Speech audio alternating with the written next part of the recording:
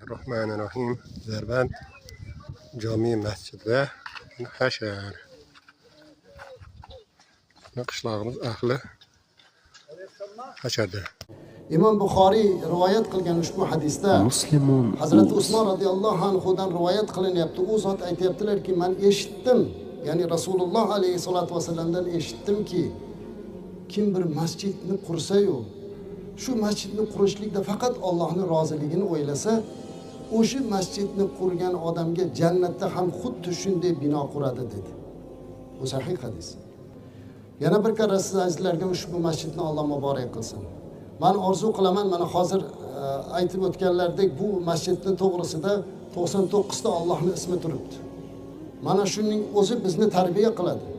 Allohning ismidan xulqlaninglar deganlar payg'ambarimiz alayhisalom. Alloh taolaning Rahmon, Rahim, Salom ismlari, mana shu Rahmon, Rahim ismlaridan olib biz salomga, ya'ni tinchlikka harakat qilamiz. Shuning uchun mo'min musulmonlar qachon bir-birimizni ko'rganimizda tinchlik tilaymiz.